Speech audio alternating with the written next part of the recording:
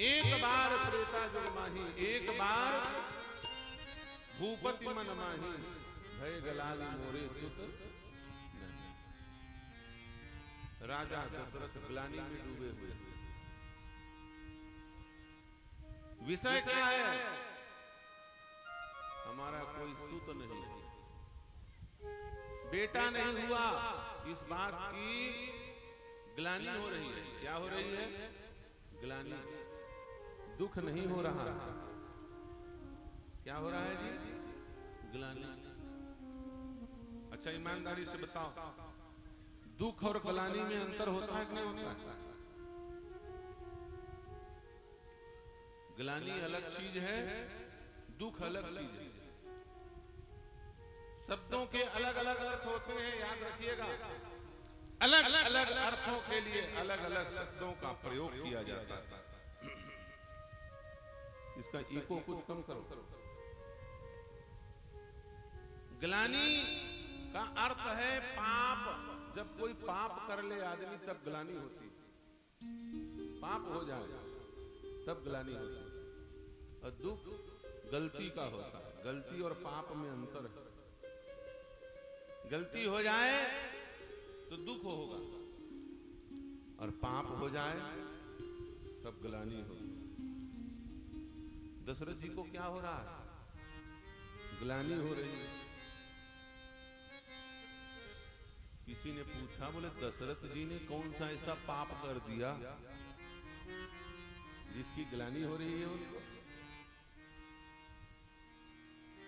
किसी ने कहा, तुम्हें पता नहीं है, इन्होंने अंधी अंधा को मार दिया, श्रवण कुमार को मार दिया, अंधी अंधा तड़प करके।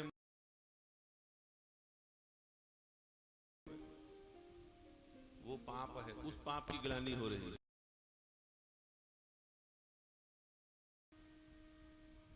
अरे नहीं, वो अंधी अंधा के बेटा श्रवण कुमार के लिए थोड़ी ग्लानि कर रहे हैं। स्पष्ट लिखा है, भय गलानि मोरे।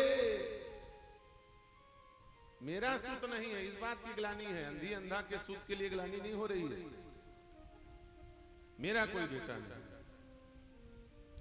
तो प्रश्न पहला, ग्लानि नहीं होनी चाहिए, दुख होनी चाहिए। और दूसरा, दुख हो भी रहा है तो कब हो रहा है? एक बार भूपति मन माही, भय गलानि मोरे सुत नाही। चौथेपन में, बुढ़ापे में, जब 60,000 वर्ष की उम्र पार हो गई, तीसरापन, चौथापन आ गया, तब ग्लानि हो रही है, तब दुख हो रहा है कि मेरा बेटा नहीं है। अरे बेटा नहीं है तो जवानी में दुख होना चाहिए था, जब बेटा पैदा करने की क्षमता थी। अब बुढ़ापे में जब मरना है, उस समय मेरा बेटा नहीं है, दुख करके करोगे क्या? देखो, दुख हो चाहे सुख, ज्यादा समय तक टिकता नहीं है। चाहे दुख हो चाहे सुख हो, अधिक समय तक टिकता नहीं है। इसलिए सुख दुख के चक्कर में पड़ करके धीरज मत छोड़ देना।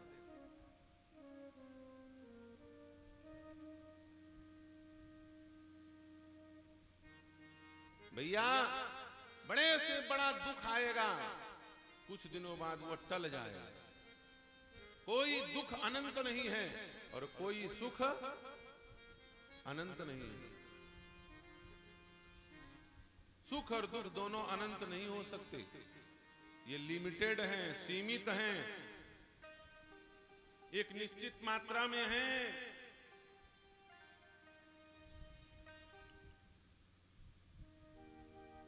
अनंत है तो क्या है? बोले आनंद, परमानंद, भगवतानंद। ये आनंद जो होता है ना, ये कभी खत्म नहीं होता, इसकी कोई सीमा नहीं होती। और सुख और दुख की सीमा होती है। आनंद जिसको मिल गया उसे मिल गया, उससे छीनेगा नहीं। सुख मिलेगा छिन जाएगा, दुख मिलेगा छिन जाएगा। जैसे जेल में कैदी गया, पहले दिन बड़ा भारी दुख हुआ, दूसरे दिन कम दुख हुआ, तीसरे दिन और कम दुख हुआ, अब 1 साल हो गया जेल में रहते तो जेल ही घर जैसे लगने लगे। अब दुख खत्म हो गया, अब कहा है तो यहीं रहना है, चलो उम्र कैद की सजा हो गई है, अब करें तो करें क्या। तो जेल में पड़े पड़े वही बोलता है हमारा ही घर है, अपने झाड़ू पोछा लगाना शुरू कर देता है जेल में, कैदी भोजन बनाने लगता है कैदियों से, और भैया सब बढ़िया, आपस में बात करते हैं, बड़ा प्रेम हो जाता है। अब वो जेल से निकलने लगे, दूसरा कैदी नहीं निकल पा रहा है तो बड़ा कष्ट होता है, तुम भी निकल जाते यार, क्या बताएं, तुमको छोड़ के जाने का मन तो नहीं हो रहा, क्या बताएं, लेकिन अब जाना पड़ रहा है। कहने का अर्थ यह है कि चाहे दुख हो चाहे सुख हो, जैसे रसगुल्ला खाने से सुख मिलता है कि नहीं मिलता है? कौन कौन रसगुल्ला खाने से खुश होते हो, हाथ उठाओ। कोई नहीं उठाएगा, मन ही मन सब खुश हो रहे हैं, रसगुल्ला मिल जाए। अब आज सोच लिए हैं तो रसगुल्ला तो मिल ही जाएगा, देसी खोआ का बढ़िया है, सबका अच्छा लागत है। रसगुल्ला सबको अच्छा लगता है, एक खिलाओ तो मन नहीं भरता, एक और मिल जाए सोचते, 2 खिलाओ तो मन नहीं भरता, एक और मिल जाए, 3 खाता है, 4 खाता है। अब कितना रसगुल्ला अच्छा लगे, जब 4 से 5वां खिलाने लगोगे तो अब हो गया, बहुत हो गया, अब ना दे यार, कोई मतलब नहीं। 5वां खिलाओ तब अरे अब तो बहुत ज्यादा हो गया महाराज, अब 6 धर दिए तो अरे अरे अब रहने दो, और 7 धरा, 8 धरा, अरे भैया आप तुम्हारे हाथ जोड़ रहे हैं, जहर हो जाएगा, मर जाएंगे, ज्यादा मत खिला, है कि नहीं? पहले नंबर के रसगुल्ला में सुख है और 8वें नंबर के रसगुल्ला में दुख है, इसका मतलब वो सुख दुख में बदल गया 8वें नंबर पहुंचते पहुंचते। ठीक वही हाल दुख का, ठीक वही हाल सुख का, ये दोनों खत्म हो जाते हैं, घट जाते हैं, लेकिन आनंद कभी नहीं घटता। वो जिसको मिलता है बढ़ते चला जाता है, बढ़ते चला जाता है, बढ़ते चला जाता है। मीराबाई कह रही है क्या? खर्चे ना कोई चोरन लेवे, खर्चे ना कोई चोरन लेवे, खर्चे ना कोई चोरन लेवे, खर्चे ना।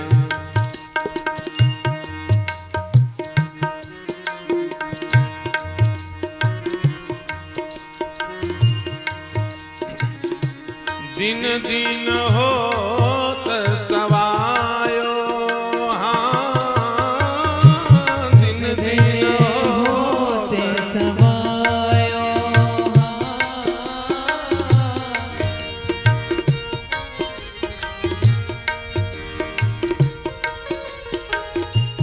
दिन दिन होत सवायो, दिन दिन होत सवायो, पायो जी मैंने राम रतन धन पाए, पायो जी मैंने राम रतन धन पायो, पायो जी मैंने राम रतन धन पायो, पायो जी मैंने राम रतन धन पायो। खर्चे ना कोई चोरन लेवे, खर्चा करने में खर्चता नहीं है, कोई चोर चुरा नहीं सकता है इस आनंद को, राम नाम के आनंद को, श्याम नाम के आनंद को, राम कृष्ण के प्रेम रूपी आनंद को, इसको कोई चुरा नहीं सकता। इसको खर्चा करोगे तो बढ़ता जाता है। ये हम लोग कर क्या रहे हैं? खर्च तो रहे हैं, बैठ के मुंह से बोल रहे हैं, भगवान के प्रेम की चर्चा को माइक से बैठ करके खर्चा कर रहे हैं, लेकिन घटता नहीं है, बढ़ता जाता है, बढ़ता जाता है। खर्चे ना कोई चोरन लेवे, खर्चे ना कोई चोरन लेवे, कोई चोर चुरा नहीं सकता इसको। हिरण्याक्ष जिसने पृथ्वी को चुरा लिया, इतना बड़ा चोर, उसका भाई हिरण्यकश्यपु जिसने स्वर्ग का सिंहासन चुरा लिया, देवताओं का राज्य चुरा लिया, वो लगा है प्रहलाद से भगवान की भक्ति को चुराने में। मार मार के गड्ढे में फेंक करके, सर्प से भरे हुए विषकूप में डाल करके, अग्नि में जला करके, आरी से काट करके, होलिका के गोद में बिठा करके, जहर खिला करके, कैसे भी करके इससे मैं चुरा लूं, पूरी ताकत लगाया, लेकिन हिरण्यकश्यपु प्रहलाद जी से हरि को चुरा नहीं पाया। करे चेना कोई चोर न लेवे, करे चेना कोई चोर न लेवे, दिन दिन होत सवायो, दिन दिन होत सवायो, आयो जी मैंने राम रतन धन पायो, आयो जी मैंने राम रतन धन पायो, आयो जी मैंने राम रतन धन पायो, पायो जी मैंने राम रतन धन पायो। एक चीज ऐसा है इस संसार में जिसको चोरी नहीं किया जा सकता, जिसको घटाया नहीं जा सकता, जिसको खर्चा करके समाप्त नहीं किया जा सकता।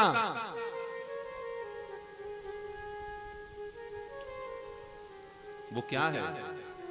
बोले वो आनंद। आनंद, सुख और दुख समाप्त हो जाएंगे, लेकिन आनंद समाप्त नहीं हो सकता। तो दशरथ जी महाराज को दुख हो रहा है, और दुख नहीं ग्लानि हो रही। दुख तो गलती की होती है, इनको लग रहा है कि मैंने कुछ पाप कर डाला। अब क्या पाप किए भाई, इस पर चर्चा होनी चाहिए कि नहीं होनी चाहिए? क्या पाप कर दिया है, इस पर चर्चा होनी चाहिए। एक दिन नारद जी महाराज घूमते घूमते पहुंचे जहां पर एक बार शब्द आया है, सब लोग जानते हो, वहां पर जरूर कोई महत्वपूर्ण बात है कि नहीं? कोई बात वहां पर महत्वपूर्ण है। क्या हो गया तुमको, कोई समस्या है क्या? तो शांत रहो, फिर काहे हड़र हड़र, सब तुम्हारी तरफ देख रहे हैं, तुम जंगल से बंदर आ गया है ऐसे टाइप का क्यों कर रहे हो? गंभीरता पूर्वक करो, नहीं हो पा रहा है तो रिकॉर्डिंग करो। बोलिए सियावर रामचंद्र भगवान की जय।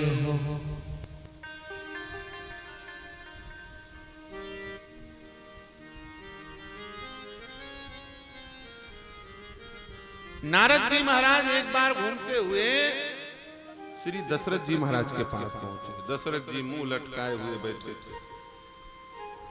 नारद जी ने कहा क्या बात है, क्यों मुंह लटका करके बैठे हुए? कुछ गड़बड़ी हो गई है क्या? कोई समस्या है क्या? कोई दुख आन पड़ा है क्या? दशरथ जी ने कहा महाराज, दुनिया से क्या शिकायत करें, जगत का क्या शिकायत करें? जगत तो नश्वर है, नष्ट होने वाला है, धोखा दे देता है, उसका वैसे भी भरोसा करने लायक है। लेकिन लोग जिसका भरोसा करने के लिए बोलते थे, अब वो भगवान भी, जगतपति भी भरोसे लायक नहीं रह गए। दशरथ जी को मन में आया। नारद जी ने कहा जगतपति भरोसे लायक नहीं है, ये कैसी बात करते हो? दशरथ जी ने कहा हाँ महाराज, बिल्कुल सही कह रहा हूं। मैंने 23,000 वर्ष तपस्या की, और तपस्या करके निर्गुण भगवान को सगुण रूप में प्रकट कर दिया, और उन्होंने मुझे वरदान दिया था। क्या? आप सरीस को जऊं कह जाई, नृप तब तनय हो मैं आई। मेरे समान इस संसार में कोई दूसरा है नहीं। हे राजन, मैं ही तुम्हारा बेटा बन करके आऊंगा, तुम चिंता मत करो। ये भगवान ने मुझे वचन दिया था। और उस समय से मैं प्रतीक्षा कर रहा हूं कि भगवान मेरे बेटा बन करके आएंगे। आज दशरथ के रूप में सतयुग में वचन दिया, आज त्रेता युग समाप्त होने वाला है। केवल 13,500 वर्ष बचा है त्रेता युग को समाप्त होने। भगवान राम जी का जन्म कब हुआ? जब त्रेता युग को 13,500 वर्ष बचे थे, तब राम जी का प्राकट्य हुआ। बोले अब कुछ दिन में त्रेता युग समाप्त हो जाएगा, मैं भी समाप्त हो जाऊंगा। कब आएंगे भगवान? महाराज, जिसको आना हो समय से आए तब शोभा रहती है कि नहीं? जैसे हम 6 बजे आते, 6 बजे आते तो क्या कहते तुम? हो गया महाराज जी, आज का तो हो ही गया है, कल देखा जाएगा, यही कहते कि नहीं कहते? लेकिन टाइम से आ गए 4, 4:15 बजे बैठ गए सुनाने के लिए, तो सब ध्यान से सुन रहे हैं, अब प्रसंग शुरू हो गया है कि नहीं? हर काम टाइम से होता है।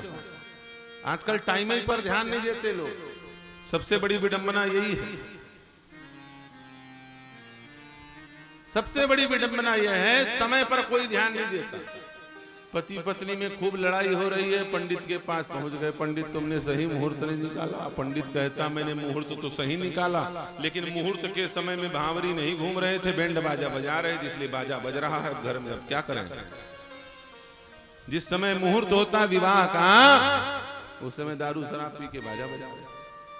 समय का ध्यान नहीं है, कौन से समय में क्या करना चाहिए पता ही नहीं।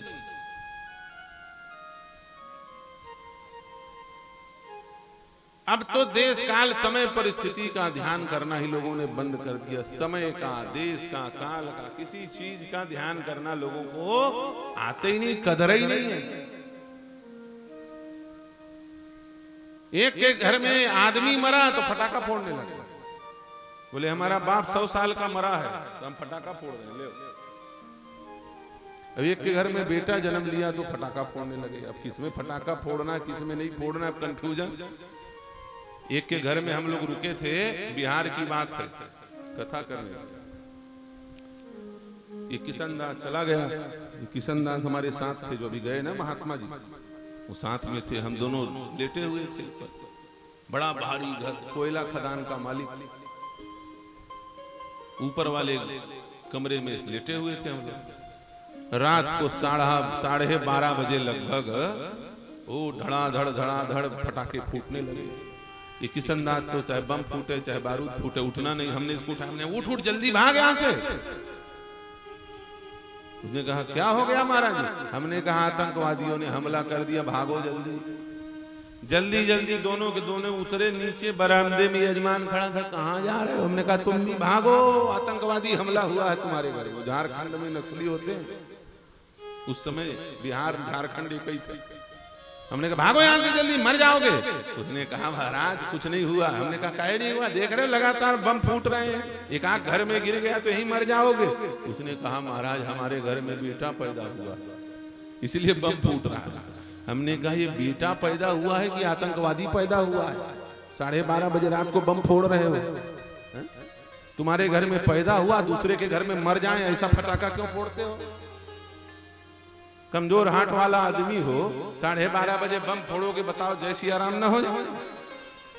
पता ही ऐसे ऐसे बाजे बजने लग गए, भगवान बचाए हैं। वो डीजे बजता है, राक्षसी वाद्य यंत्र। शादी विवाह में आजकल बूढ़ों को ले जाना मना है, क्यों? क्योंकि डीजे बजता है, बूढ़ऊ सुन लेगा, वहीं मर जाएगा। गए बारात में अर्थी लेके वापिस लौटो, इसलिए वो डीजे के पास डोकरा डोकरिया न जाना, छाती हिलती है। हम तो कांच बंद कर लो, कार के भीतर बैठे रहो तो लगता है मर जाएगा। बुद्धि विचलित हो जाए, दिमाग काम करना बंद कर दे। ऐसे वाद्य यंत्र, ऐसे संगीत, इनका कोई लेना देना नहीं। देश काल परिस्थिति साफ। किसी धर्म में इस प्रकार की कुप्रथा नहीं है कि देवी देवताओं के अनुष्ठान में, पूजों में विभत्स गीतों को बजाया जाए, डीजे बजाया जाए। ईमानदारी से बताओ, कोई मुसलमान मस्जिद में डीजे बजाता है? किसी ने देखा? कोई ईसाई चर्च में डीजे बजाता है? किसी ने देखा? कोई बौद्ध मंदिर में डीजे बजाते हुए किसी ने देखा? ये तो पागलपन की गोली केवल हिंदुओं ने खाई है। चाहे दुर्गोत्सव हो, चाहे गणेश उत्सव हो, चाहे देवी का उत्सव हो, पागलों जैसे दारू पी के नाच रहे हैं, डीजे बजा रहे हैं और बोल रहे हैं हम पूजा करते हो। तुम जैसा पापी कोई संसार में नहीं हो सकता। गणेश विसर्जन करने जाएंगे, आखिरी दिन डीजे बजाते हुए जाएंगे, डम डम डम डम डम डम डम डम बज रहा है डीजे में। और क्या बोले, पानी का पाउच फोड़ करके पानी फेंकेंगे और दारू पी के गुलाल खींचेंगे एक दूसरे के ऊपर। इसलिए गणेश पूजा किए हो, 9 दिन देवी की अर्चना किए, देवी को विसर्जन करने जाते हैं, इतने गंदे गंदे तो फिल्मी गीत बजाते हैं और शराब पी करके नौजवान लड़के नाचते हैं और बोलते हैं हम धर्म कर रहे हैं। अरे तुम 7 जन्म नरक से नहीं निकलोगे, वहीं सड़ोगे। तुम जैसा पापी कोई दूसरा नहीं हो सकता। ये केवल और केवल कुप्रथा है, ये विनाशकारी बुद्धि है। संगीत कैसा होना चाहिए? संगीत मीराबाई जैसे होना चाहिए, जिस संगीत में परमात्मा याद आवे। संगीत सूरदास जैसे होना चाहिए, जिनके भजनों को सुन करके भगवान याद आए। जिन गीतों को सुन करके यमराज याद आए वो भजन नहीं है। इनको सुनो तो यमराज याद आता है, भगवान आधा घंटा कहीं और चल गया तब तो मर जाएंगे।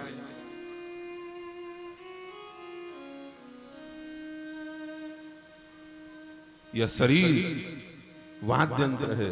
इस शरीर से भगवान को प्राप्त करने के लिए राम नाम का संगीत, उनके नाम का संगीत, उनके प्रेम का संगीत पैदा करना चाहिए। कबीरदास जी महाराज कहते हैं, साधु यह तन साज तमूरा का, साधु यह तन साज तमूरा का, साधु यह तन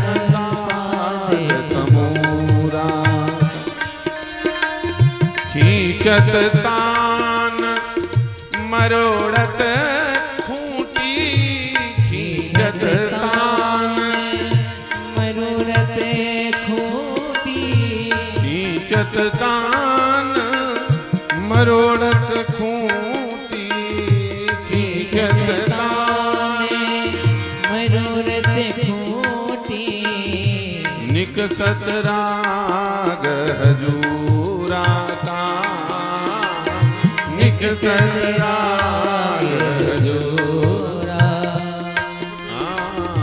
निकसत राग हजूरा, साधु यह तन साज तमूरा, साधु यह तन साज तमूरा।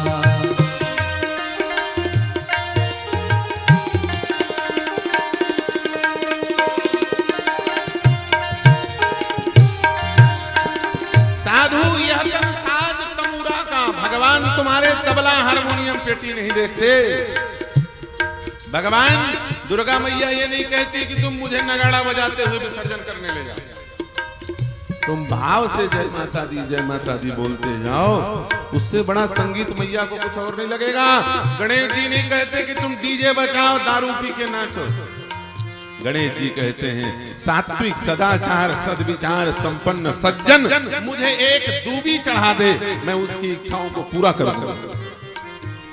तामसी तमाचार दुर्गुण युक्त दुर्गंध युक्त जीवन जीने वाला दुर्जन यदि गणेश जी के सामने उल्टा भी खड़ा हो जाए तो वो आशीर्वाद नहीं देंगे। इसलिए नए नए लड़के जो गणेश रखते हैं, जो दुर्गा रखते हैं, ये ध्यान दो, ये दारू शराब पी करके अपना विनाश मत करो। तुम्हारी आने वाली पीढ़ियां रोएंगी। ये अभी अभी 10 साल हुआ है प्रचलन है, 5 साल 10 साल शराब पी करके दुर्गा गणेश ठंडा कर, पितर पक्ष में गणेश ठंडा करने जाते हैं बड़े बड़े शहरों में। देश काल परिस्थिति का ज्ञान नहीं, जो मन में आ रहा है लोग कर रहे हैं, जो मन में आ रहा है लोग व्यवहार में उतार रहे हैं।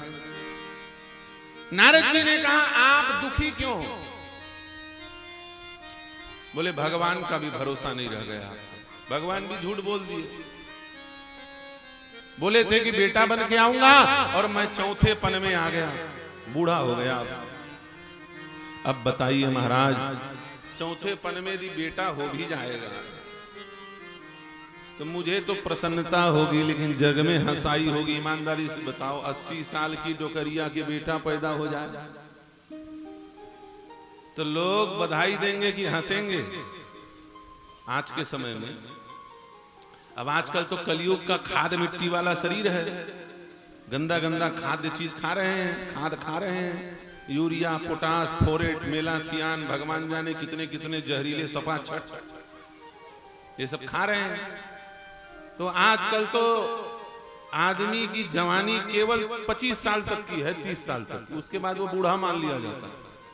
और 40 साल 50 साल जी गया तो समझ लो उसकी पूरी आयु समाप्त हो गई, अब वो भज गोविंदम हो गया उसका, है कि नहीं? लेकिन पुराने समय में शुद्ध देसी वेद लक्षणा गौ माता का दूध, दही, घी ये खाने पीने वाले लोगों के शरीर की क्या स्थिति थी?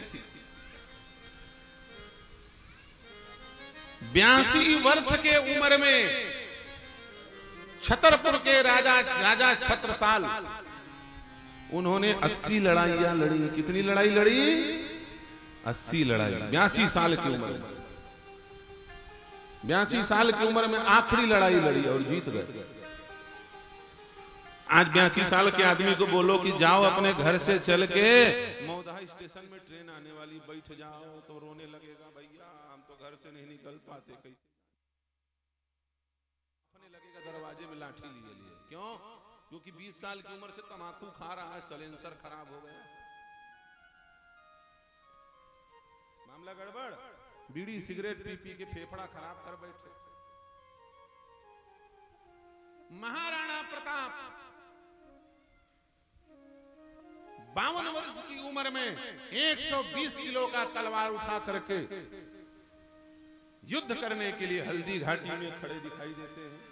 ये किसका कमाल है? ये शुद्ध देसी गाय का दूध, घी, दही, पंचगव्य, ये रासायनिक चीजों के सेवन करने वालों में इतनी क्षमता नहीं है। पुराने समय के लोगों की आयु अधिक थी, उनके शरीर की क्षमताएं अलग थी। आज मनुष्य के शरीर की क्षमता समाप्त हो गई, क्षमताएं समाप्त हो गई। क्यों? खान पान बिगड़ गया, गौ का अपराध हो रहा, गाय को छोड़ देते हैं रोड में, गाय मर गई एक्सीडेंट में। दशरथ जी ने कहा कि पुत्र पैदा होने का समय है जवानी में, अब मैं बूढ़ा हो गया, अभी तक नहीं आए, अब कब आएंगे? इसलिए मुझे लग रहा है कि भगवान ने झूठ बोल दिया। नारद जी ने कहा परमात्मा कभी झूठ नहीं बोलते महाराज, आपको भ्रम है, क्योंकि भगवान का नाम क्या है? सत्यनारायण। ये क्या नाम है भगवान का? सत्यनारायण। सत्यव्रतम सत्य परम त्रिसत्यम सत्यश्च योनि निहतम च सत्य। जो कभी असत्य ना हो उसी को तो भगवान कहते हैं। तो भगवान ने बोला इसका मतलब वो सही होगा, लेकिन कब होगा इसके बारे में पता नहीं है। नारद जी ने कहा अभी जाता हूं, पूछ के आता हूं। भगवान के पास नारद जी गए, भगवान से नारद जी ने पूछा क्यों महाराज आपने दशरथ जी से झूठ क्यों बोला कि मैं बेटा बन के आऊंगा? जान ही रहे हो और देख रहे हो कितनी बदनामी हो रही है। दुनिया वाले बोल रहे हैं देखो नारद तुम्हारा भगवान तो झूठ बोलता है, हमारी बड़ी बेइज्जती हो रही है। भगवान ने कहा नारद जी मैं तो जाने को तैयार हूं, लेकिन जिसके घर में जाना है उसका दरवाजा बंद, कैसे घुस जाए? अच्छा श्याम होते तो बंद दरवाजा में खिड़की से कूद के घुस जाए, लेकिन ये राम है, वो चोर है, ये मर्यादा पुरुषोत्तम है, ये तो जाएंगे तो दरवाजे से, अब वो भी सामने वाले, पीछे दरवाजे से अंदर नहीं जाएंगे। राम जी ने कहा मैं तो जाना चाहता हूं, लेकिन दशरथ जी ने अपने कपाट बंद कर दिए। कपाट। नारद जी ने कहा बोले मैं अभी अभी आया, राजमहल का दरवाजा खुला, दशरथ जी के कमरे का दरवाजा, सारे कपाट खुले हैं, आप कैसे बोल रहे हो कि कपाट बंद है?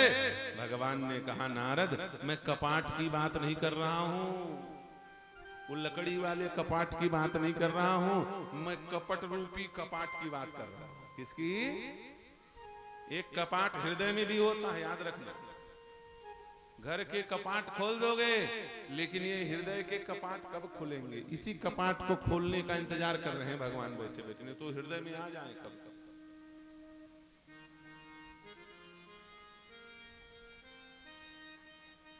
वो तो कब से आने के लिए तैयार बैठे हैं, लेकिन हमने ऐसा ताला मारा है उसमें कपट का कि वो खुले नहीं पा रहा, दरवाजा न टूट पा रहा है न ताला खुल पा, इसलिए भगवान हृदय में नहीं आते। नहीं भगवान 2 मिनट में सामने आ जाए, खड़े हो जाए, निष्कपट निश्चल सरल व्यक्ति के सामने भगवान खड़े हो जाते हैं आते हैं। और कपटी आदमी के सामने भगवान थोड़ी जाते हैं, जाएंगे भी तो पता नहीं चलेगा उसको भगवान है, जाते तो सबके सामने, लेकिन उसको लगेगा कि ऐसे ही कोई हो गया आ गया होगा, लेकिन इसलिए कपट रूपी कपाट को खोलना आवश्यक है, हृदय के कपाट को।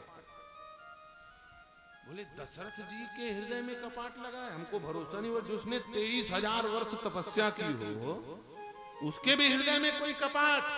बोले हाँ भैया, ये कपट बड़ा खतरनाक है, किसी भी चीज का हो सकता है। देखो कपट के कई अंग हैं, अहंकार भी कपट का अंग माना जाता है, झूठ बोलना भी कपट का अंग माना जाता है, लोभ भी कपट का अंग माना, ये कपट के अंग हैं। और अहंकार किसी भी चीज का हो सकता है, जैसे एक आदमी को मारने का अहंकार है, वो बोलता है कि मेरे से दुश्मनी किया है, पूरे यूपी में घूम आए कोई माई का लाल नहीं बचा पाएगा, ऐसे बोलता है कि नहीं, कहीं नहीं छोड़ूंगा उसको, मार डालूंगा, उसको अपने मारने का अहंकार है। और दूसरा आदमी वो भाग करके शरण में पहुंच गया किसी अच्छे आदमी के पास, वो कहता है बोले तू मेरे शरण में आ गया है, कोई माई का लाल तेरा बाल बांका नहीं कर सकता, चिंता, उसको बचाने का अहंकार, अहंकार दोनों को है कि नहीं, उसको मारने का अहंकार, इसको बचाने का। किसी को अपने सत्यवादी होने का अहंकार, मैंने आज तक असत्य नहीं बोला, सत्यवादी होने का अहंकार। और झूठ बोलने वाले को झूठ का अहंकार, अरे महाराज तुम चिंता मत करो, ऐसा गजब का झूठ बोलूंगा उसका बाप नहीं पकड़ पाएगा, है कि नहीं, झूठ बोलने का अहंकार। किसी को अपनी चुगलीचारी करने का अहंकार, अरे बोले ऐसे लड़ाई करवाऊंगी उसके घर में कि उसकी आने वाली 7 पीढ़ी लड़ते रहेगी, है कि नहीं, चुगली बदमाशी करने का अहंकार। और किसी को बोले हम किसी के झंझट में नहीं पड़ते, इस चीज का अहंकार, हम किसी के लंद फंद में नहीं रहते, हमको किसी की निंदा बुराई नहीं करते, इसी चीज का अहंकार, सरलता का अहंकार। और अहंकार का तो अहंकार है ही, ये है कपट। उसी प्रकार किसी को अपने पुण्य का अहंकार, किसी को अपने तपस्या का अहंकार, अनेक प्रकार के अहंकार हैं, किसी को अपने ज्ञान का अहंकार, ये भी सत्यानाश करा जाता है। हमने पढ़ा है, कितना पढ़ा है, बोले हमने पीएचडी किया, क्या किया है, पीएचडी। अब ईमानदारी से बताओ, वो होशियार है कि गधा है, तुम्हें हिसाब लगाओ। जो बोलता है मैं पीएचडी किया हूं, वो होशियार है कि मूर्ख, दिमाग काम नहीं कर रहा है, क्या उत्तर दें, बाबा जी फंसा देंगे। अरे भैया उसने हिंदी में पीएचडी कर लिया, लेकिन क्या पीएचडी केवल हिंदी में होता है? 100 विषय में पीएचडी होता है, हिंदी में होता है तो हिंदी में साहित्य में किया कि व्याकरण में, फिर संस्कृत में होता है साहित्य में किया कि व्याकरण में, फिर उसके बाद चले जाओ भूगोल में, फिर उसके बाद चले जाओ इतिहास में, फिर उसके बाद चले जाओ गणित में, फिर उसके बाद चले जाओ फिजिक्स में, केमिस्ट्री में, इंग्लिश में, दुनिया न जाने कितने चीज में पीएचडी हो रहा। 100 विषय में पीएचडी होता है, उसने एक विषय में पीएचडी किया और क्या बोलता है मैं होशियार हूं। ईमानदारी से बताओ, 100 विषय उसको आता, 100 विषय है जिसमें उसको एक विषय आता है और 99 विषय नहीं आता। कितना आता है? आता ज्यादा है कि नहीं आता ज्यादा है? ईमानदारी से बताओ। 1% होशियार और 99% मूर्ख। मूर्ख ज्यादा कि होशियार ज्यादा? चलो बताओ क्या? अहंकार करोगे तो 1% में 99% की तुलना कर दी जाएगी, और अहंकार नहीं करोगे तो 100% माना जाएगा, है कि नहीं? ये अहंकार है बड़ा खतरनाक। दशरथ जी के पास समस्या, वो कपाट लगा हुआ, भगवान ने देख लिया उस कपाट को। नारद जी ने कहा दशरथ जी के पास कौन समस्या? भगवान ने कहा यही समस्या है। उनको विश्वास है कि मैंने तपस्या की है, इसलिए भगवान मेरे बेटे बन करके आए। मैंने तपस्या की है इसलिए भगवान मेरे बेटा बन करके आए। गलत चीज में विश्वास कर लिया, अपने क्रिया पर विश्वास है। विश्वास क्रिया पे नहीं होना चाहिए, विश्वास कृपा पे होना चाहिए। किस पे होना चाहिए? ईमानदारी से बताओ। कृपा। क्रिया से वो चीज नहीं मिलेगा जो कृपा से मिलेगा। परमात्मा जब भी जिसको मिले भैया क्रिया से नहीं मिले, कृपा से मिले। और दशरथ जी क्रिया से भगवान को पाना चाहते हैं, गलत चीज का विश्वास। फिर बात आ गई ना विश्वास की। विश्वास होना चाहिए था गुरु के ऊपर, अविश्वास किया अपने गुरु के ऊपर कि मैंने तपस्या की है 23,000 वर्ष। उनको आना पड़ेगा, आज नहीं तो कल, कल नहीं तो परसों आएंगे। क्यों नहीं आएंगे? अरे तुम्हारे कर्म के कारण भगवान आएंगे। मन समेत जय जान न बानी, मन समेत जय जाने पाही, तरक न सकई सकल भी, तरक न सकई सकल अनुमानी, तरक न सकई सकल अनुमानी। जिसको मन वचन कर्म के द्वारा प्राप्त नहीं किया जा सकता, उस परमात्मा को क्रिया के द्वारा दशरथ प्राप्त करना चाह रहे हैं। उनको अभिमान है कि मैंने क्रिया की है, मैंने तपस्या की है। उनको आना पड़ेगा। कर्म का अभिमान भैया, कर्म का अभिमान मत रखो। जब भी करो तो कृपा का अभिमान। तुलसीदास जी को भी अभिमान है, पता है ना? गोस्वामी तुलसीदास जी को भी एक अभिमान है। उस अभिमान का क्या नाम है? कृपा का अभिमान। गोस्वामी जी कहते हैं ये अभिमान मेरे जीवन से कभी ना जाए। असय अभिमान जाई जन भोरे, मैं सेवक रघुपति पति मोरे। असय अभिमान जाई जन भोरे, मैं सेवक रघुपति पति मोरे।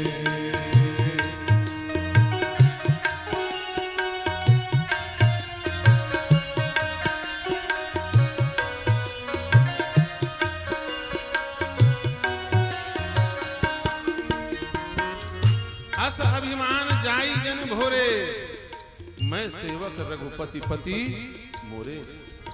मैं राम जी का सेवक हूं, राम जी मेरे स्वामी हैं। ये अभिमान मेरे जीवन में न जाए, उनकी कृपा का अभिमान मेरे ऊपर बना रहे। कई प्रकार के अभिमान होते हैं। अभिमान करो तो क्या करो? मैं ज्वाला मैया का सेवक हूं, मैं हनुमान जी का सेवक हूं, मैं राम जी का सेवक हूं। स्वामी होने का अभिमान मत कर लेना, नहीं तो बंठाधार हो जाएगा। कर्म का अभिमान नहीं, कृपा का अभिमान होना चाहिए। दशरथ जी को कर्म का अभिमान है। राम जी ने कहा जिसके पास अभिमान है समझ लो उसके पास भगवान नहीं है। अभिमान और भगवान साथ में नहीं रह सकते। रवि रबनी एक ठाव, रात और सूर्य एक साथ नहीं रह सकते। ठीक उसी प्रकार अभिमान और भगवान साथ में नहीं रह सकते। जहां अभिमान होगा वहां भगवान नहीं रहेंगे, और जहां भगवान है वहां अभिमान नहीं रहेंगे। इसकी चर्चा हम बाद में बताएंगे। ये दोनों एक साथ नहीं रह सकते, दोनों का झगड़ा है। हनुमान जी के हृदय में अभिमान और भगवान की लड़ाई चल गई, बहुत लड़ाई हुई। अभिमान और भगवान दोनों की लड़ाई हुई है एक जगह, भगवान जीत गए। अभिमान हार गया। कहने का अर्थ यह है कि अभिमान और भगवान साथ नहीं रह सकते। नारद जी भागे भागे आए और आकर के दशरथ जी को बताया, बोले इस कारण भगवान नहीं आ रहे हैं, आपने अपने क्रिया का अभिमान ले रखा है कि मैंने 23,000 साल तपस्या की। महाराज, भगवान क्रिया से नहीं कृपा से मिलते हैं। किसके? बोले संत सदगुरु गुरु कृपा से। संत सदगुरु और गुरु कृपा से भगवान प्राप्त हो सकते हैं, क्रिया के द्वारा भगवान प्राप्त नहीं हो सकते। इतनी छोटी सी बात आज समझ लिए होते तो जवानी ही में राम जी आ गए होते। अच्छा, दशरथ जी को राम जी किस अवस्था में मिले? चौथे पन में। कौन से पन में? चौथे पन में। और नंद यशोदा को श्याम जी कौन से पन में मिले? वो भी चौथे पन में मिले ना। देवकी वसुदेव को भगवान मिले कौन से पन में? चौथे। ये चौथे पन में भगवान मिलते हैं, याद रखना। ये क्या खासियत है इस चौथे पन का? जवानी और बुढ़ापा।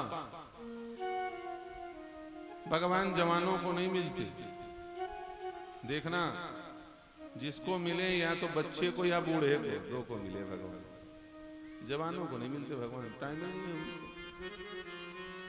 जवानों के पास टाइम कहाँ है भगवान के पास जाने का? भगवान की चलते भगवान जिसको मिले, या तो बूढ़ों को या जवानों या बच्चों को। ध्रुव को मिले, जवान है कि बूढ़े? बच्चे। प्रहलाद को मिले, गीद को मिले, गीद बूढ़ा है। दशरथ जी को मिले, दशरथ जी बूढ़े हैं। यशोदा, देवकी, वसुदेव, नंदराय, जामवंत, इन सबको कब मिले? बुढ़ापे में मिले। क्या खासियत है इस बुढ़ापे में? और क्या कमी है जवानी में?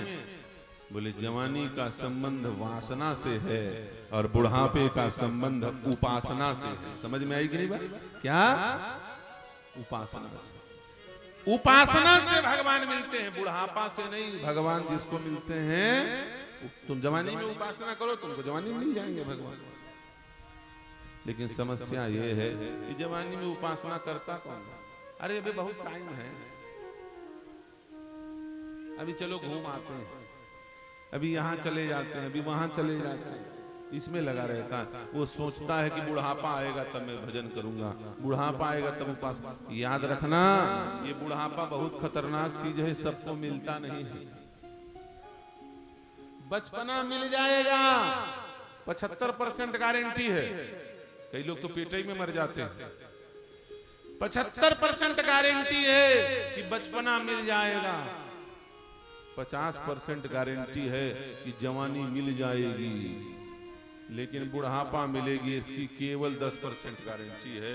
कई लोगों का 85 की उम्र में डीओ उड़ गया, 60 सर्किट हो गया, फ्यूज उड़ जाता है कि नहीं?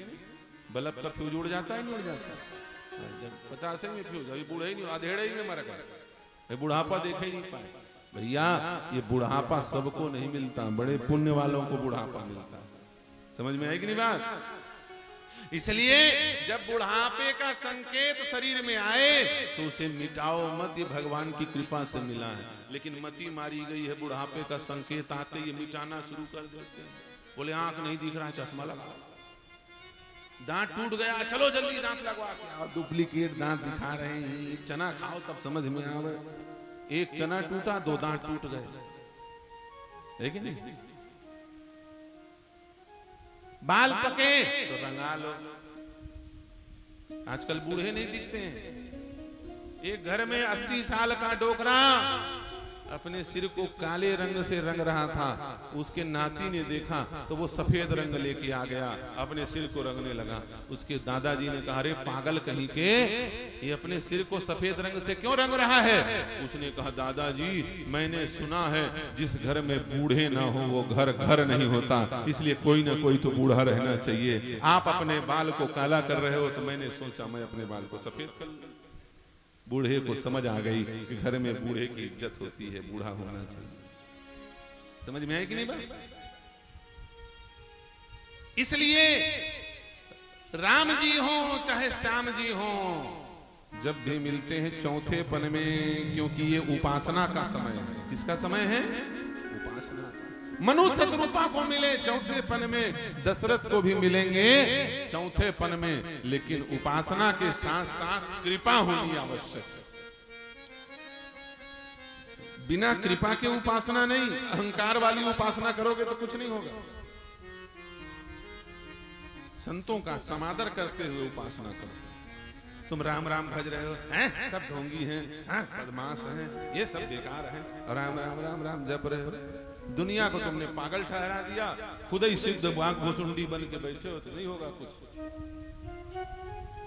उमा जी राम चरण रत विगत काम मद क्रोध। भजन करो, लेकिन कैसे? कबीरदास जैसे। कबीरा खड़ा बाजार में, मांगे सबकी खैर, ना काहू से दोस्ती ना काहू से बैर। ना काहू से दोस्ती ना काहू से बैर। उमाज राम चरण रत विगत काम मद क्रोध, निज प्रभु मैं देखई, जगत के सन करही विरोध। सब तरफ मेरे राम जी हैं, मैं किसका विरोध करूं? ये है कृपा। और ऐसी कृपा के साथ जो उपासना करता है तो भगवान सामने आकर के खड़े हो जाते हैं। ज्यादा प्रयास करने की आवश्यकता नहीं। लेकिन ये कृपा होगी कैसे? बोले संत सद्गुरुओं के शरण में जाने से। दशरथ जी जौड़े, नारद जी ने कहा कहां भाग रहे हो? दशरथ जी ने कहा गुरु जी के पास, क्योंकि कृपा होगी किसके पास? गुरु के पास। गुरु की कृपा से गोविंद की प्राप्ति होगी, इसलिए गुरु जी की तरफ भागे। तुलसीदास जी ने कलम उठाया और लिख दिया क्या? गुरु गृह गया तुरंत महिपाला, गुरु गृह गया तुरंत महिपाला, चरण लागे करि विनय विशाला, चरण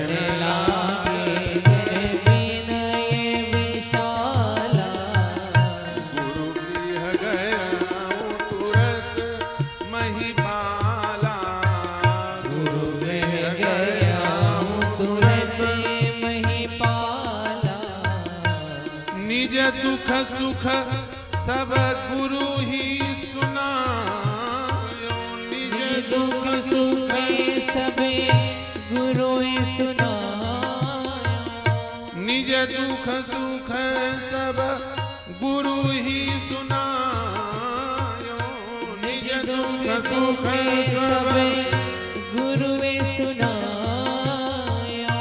कहीं वशिष्ठ बहुविधि समझायो, कहीं वशिष्ठ बहुविधि समझायो, कहीं वशिष्ठ बहुविधि समझायो, कहीं वशिष्ठ बहुविधि समझायो।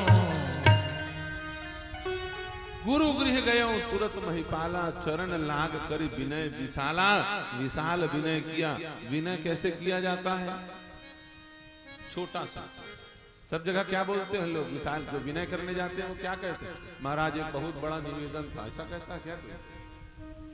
बुद्धिमान व्यक्ति क्या बोलता है? बोले महाराज जी एक छोटा सा निवेदन था। ये कहते हैं ना, बुद्धिजीवी जो होते हैं वो ये कहते हैं कि छोटा सा निवेदन था। कोई मूर्ख होगा तो ये नहीं कहता ये बहुत बड़ा निवेदन था, ऐसा नहीं कहता। तो कहीं कह दोगे बहुत बड़ा निवेदन था, भले काम बड़ा हो, लेकिन ये नहीं कह सकते कि बहुत बड़ा नहीं। गलत है। ये साहित्य के अनुकूल नहीं माना जाएगा, इसको असाहित्यिक माना जाएगा। बहुत बड़ा एक निवेदन था, ऐसा कह दोगे तो आदमी खड़ा हो जाएगा, अरे भैया बहुत बड़ा प्रॉब्लम है, लगता है हम नहीं संभाल पाएंगे। लेकिन बहुत बड़ी बात हो और कह दो एक छोटी सी बात थी, थोड़ा निपटारा हो जाए, गुरुजी तो बहुत अच्छा रहे, तो ध्यान से सुना जाएगा, छोटी बात तो है, क्या टेंशन। लेकिन दशरथ जी ने क्या कहा, चरण लाग करि विनय विशाला, विशाल विनय। विशाल का मतलब दशरथ जी ने कहा, गुरुजी मैं आपके पास मांगने के लिए कई बार आया, छोटी छोटी चीजें बहुत मांगी, लेकिन आज बड़ी चीज मांगने आया। आज मुझे इतना बड़ा दे दो कि जिसको पाने के बाद फिर और पाने की इच्छा न रह जाए। मुझे ऐसी चीज दे दो जिसको पाने के बाद मुझे किसी और वस्तु के पाने की कामना ना हो। क्या दे दे? बोले मुझे राम दे दो। राम मिल जाए फिर और कुछ पाने की जरूरत है क्या? अरे राम को पाने के बाद फिर कुछ और पाने की कामना रह जाए तो समझ लो वह जीव अभागी, समझ लो वह जीव कामी है, समझ लो जीव भोगी है। सुग्रीव की क्या स्थिति हुई, ईमानदारी से बताओ। अब इसमें प्रश्न कर सकते हो तुम लोग बाद में। सुग्रीव को क्या मिला? साक्षात राम, हनुमान जी ने राम जी से मिला दिया। नाथ शैल पर कपिपति रही, सो सुग्रीव दास तब। हनुमान जी ने थोड़ा गप भी लगा दिया कि आपका दास है। अरे काहे को दास है? सुग्रीव राम जी का नाम ही नहीं जानता है, लेकिन संत दयालु होते हैं ना, कैसे भी करके आदमी भगवान तक पहुंचे, जीवात्मा परमात्मा। हनुमान जी बोले महाराज आपका सेवक ही है। राम जी ने कहा हमारा सेवक? हमने तो कभी देखा नहीं। तो घुमा दिया हनुमान जी ने। हनुमान जी ने कहा कि संसार के जितने जीव हैं सब आपके दास ही तो हैं प्रभु, तो उसमें सुग्रीव है, उसमें क्या दिक्कत? मैं थोड़ी गलत कह रहा हूं। राम जी हंसने लगे, वाह रे बुद्धिमतां वरिष्ठम। हनुमान, ये महात्मा भक्त कितने दयालु होते हैं, तारने के लिए कुछ भी बोल करके कैसे भी करके ये न केन प्रकारेण जीवात्मा को भगवत सन्मुख करते।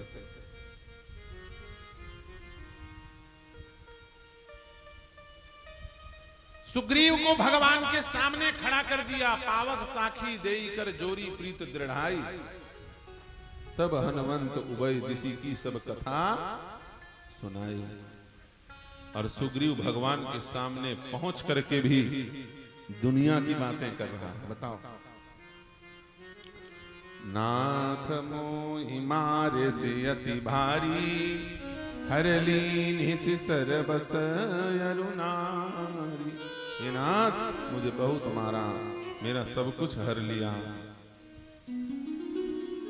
इसका मतलब राम को पा करके काम की इच्छा है, राम की इच्छा नहीं है। राम जी ने कहा ठीक है सब मिल जाएगा, टेंशन मत लो। मिल गया सब कुछ, और मिलने के बाद राम को विसार दिया। राम जी को गुस्सा आया, सुग्रीव वहीं सुध मोर विसारी, पावा राज कोसपुर नारी। अरे भगवान सब कुछ देते ही हैं, तुम भगवान को पा भी जाओगे तो भी भगवान तुमको देंगे, और नहीं पाओगे तो भी भगवान देंगे। ईमानदारी से बताओ, सुग्रीव भगवान से मिल गया और भगवान ने उसको राजपाट दे दिया। क्या ध्रुव को राजपाट नहीं दिया था? क्या प्रहलाद को राजपाट नहीं दिया था? भगवान से मिलने के बाद ध्रुव को भी राजपाट मिला, प्रहलाद को भी राजपाट मिला, और सुग्रीव को भी राजपाट मिला, विभीषण को भी राजपाट मिला। लेकिन विभीषण को मारने के लिए भगवान ने संकल्प नहीं किया, प्रहलाद को मारने का संकल्प नहीं किया, ध्रुव को मारने का संकल्प नहीं किया, सुग्रीव को मारने का संकल्प किया। क्यों? क्योंकि विभीषण भगवान से कुछ लेने के बाद भगवान को भूला नहीं, प्रहलाद भगवान से कुछ लेने के बाद भगवान को भूला नहीं, ध्रुव भगवान से कुछ लेने के बाद भगवान को भूले नहीं। लेकिन ये भी सुग्रीव भगवान से लेकर के भगवान ही को भुला दिया। जो भगवान से लेकर के भगवान को भुला दे वो जीव कौन है? वो कामी। इसलिए जब लक्ष्मण जी मारने के लिए पहुंचे तो सुग्रीव थर थर कांप रहा है, मैं पावर पशु अति कामी। हे प्रभु मैं कामी हूं। मुझे मत मारो, मेरा स्वभाव है, क्षमा करो, क्षमा करो। राम मिल जाए फिर दुनिया की कोई चीज की जरूरत नहीं, इसलिए मुझे छोटी चीज नहीं, विशाल विशाल वस्तु चाहिए। निज दुख सुख सब गुरु ही सुनायो। अभी तक गुरु जी से कपट करते थे, पूरी बात नहीं बताते थे गुरु जी। देखना कई लोग होते हैं, और कैसे हो, सब बढ़िया है, वो बार ही बार घुमा दिया, वो बताता नहीं अंदर की बात। अधिकांश लोग क्या करते हैं, कैसे हो तो बोल देता सब बढ़िया, और बहुत तकलीफ में फिर भी नहीं बताता। उससे पूछो क्यों, तुम अपने अच्छाई तो बता दिया, सुख तो बता, दुख क्यों नहीं बताया, छिपाया क्यों? वो जब पूछ रहा था और कैसे हो तो बताना चाहिए था। तो वो बोलेगा कि जैसे मैंने झूठे बता दिया वैसे ही वो झूठा पूछ रहा था, इसलिए मैंने झूठा बता दिया। क्यों? आदत में है कैसे हो इसलिए पूछ दिया, तो वो आदत में है अच्छा हूं इसलिए अच्छा है बोल दिया। झूठ ही लेना, झूठ का हालचाल पूछता है और झूठ का हालचाल बता देता है। अधिकांश लोगों के पास यही समस्या। आदमी सुख सबको बता देता है, लेकिन दुख किसी अपने को बताता है, याद रखना। जिस पर विश्वास हो व्यक्ति उसी को अपना दुख बताता है। आज दशरथ जी को विश्वास हो गया कि गुरुदेव ही भगवान को दिला पाएंगे, गुरुदेव ही गोविंद से मिला पाएंगे, गुरुदेव ही परमात्मा से मिलाएंगे, दूसरा कोई उपाय नहीं है। इसलिए निज दुख सुख सब गुरु ही सुनाए, कहीं वशिष्ठ बहु विधि समझा। और जैसे ही दुख सुनाया तो वशिष्ठ जी हंसने लगे। लोगों ने कहा दूसरे का दुख सुन करके हंसना ये अच्छी बात नहीं होती, और आप ब्रह्मा के पुत्र वशिष्ठ हो, आप क्यों हंस रहे हो? क्या चेले की दुख की चिंता नहीं है? वशिष्ठ जी ने कहा चेले के दुख को तो एक चुटकी बजाते मिटा दूंगा, मेरे लिए कोई बड़ी चीज है? मैं वशिष्ठ हूं, तुमको पता है? ये वशिष्ठ कोई साधारण है क्या?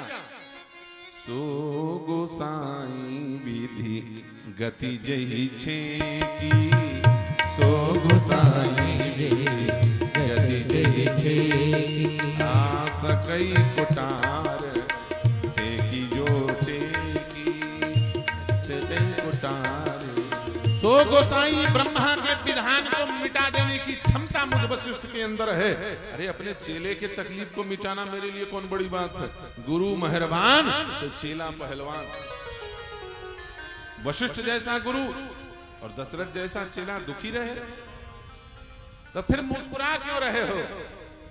वशिष्ठ जी ने कहा इसलिए मुस्कुरा रहा हूं कि आज मेरे चेले को मेरे ऊपर पूरा भरोसा हो गया है, विश्वास हो गया है। ये हमेशा अपने सुख बताता था, दुख छिपाता था, आज इसने अपने हृदय को खोल करके मुझे अपना दुख भी बता दिया है। इसका मतलब अब गुरु और शिष्य दोनों का शाश्वत संबंध स्थापित हो गया है। दशरथ चिंता मत करो, तुमने 4 पन तक मुझसे छिपाया, 4 पन तक दुख सहा है, इसलिए तुम्हें 4 बेटे मिलेंगे।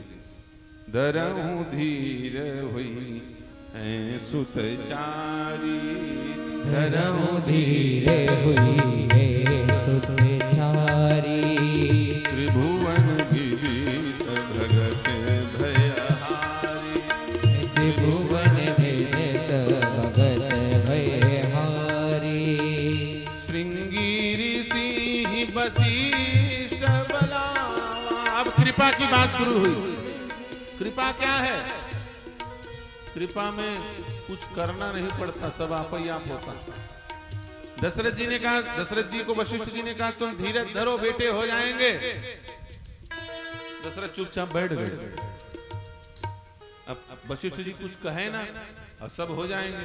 दशरथ जी ने कहा सेवा हो तो बताइए। बोले यज्ञ कराना पड़ेगा। हाँ हाँ तो बताइए क्या लाना पड़ेगा। वशिष्ठ जी ने चुपचाप बैठो, कृपा हो रही है ना, कृपा में तुम्हें कुछ नहीं करना, तुम चुपचाप बैठो, सब काम होता चला जाए।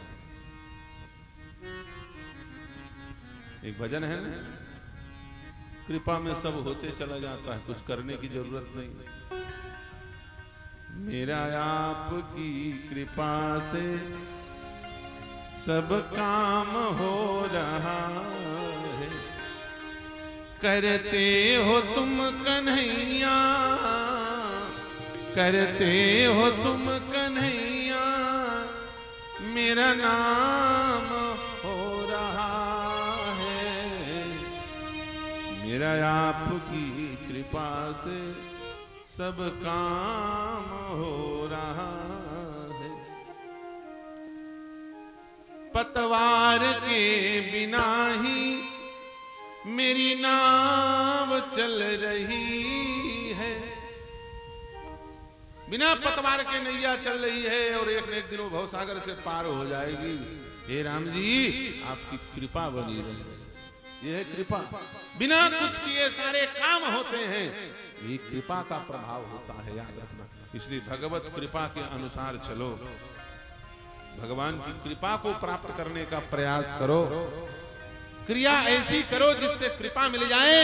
दशरथ जी को कृपा मिल गई, कुछ नहीं करना, यज्ञ हो रहा है। श्रृंगी ऋषि वशिष्ठ बुलावा, श्रृंगी ऋषि वशिष्ठ बुलावा। श्रृंगी ऋषि को किसने बुलाया? वशिष्ठ जी ने। पुत्र काम शुभ यज्ञ करावा, शुभ काम शुभ यज्ञ करावा। यज्ञ कौन करा रहा है? वशिष्ठ ऋषि। दशरथ जी चुपचाप बैठे देख रहे। भगति सहित मुनि आहुति दीन है, भगति सहित मुनि आहुति दीन। आहुति कौन डाल रहा है? वशिष्ठ जी। दशरथ जी बैठे बैठे देख रहे हैं। यह है कृपा।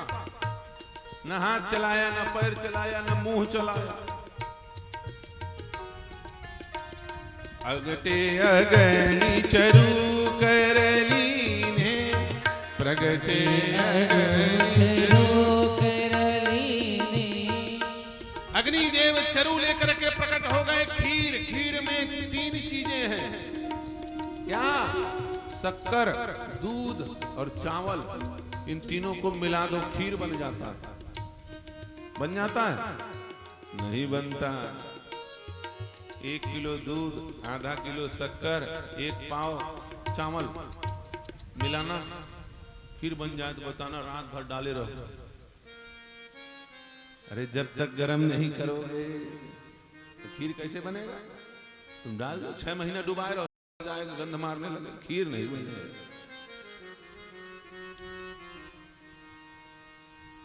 बोलते हैं, बोले महाराज चावल को पका लें और दूध में डाल दें, शक्कर डाल दें तो खीर बन जाए। नहीं होने वाला, दूध भात बन जाएगा, लेकिन खीर दूध भात बन जाएगा।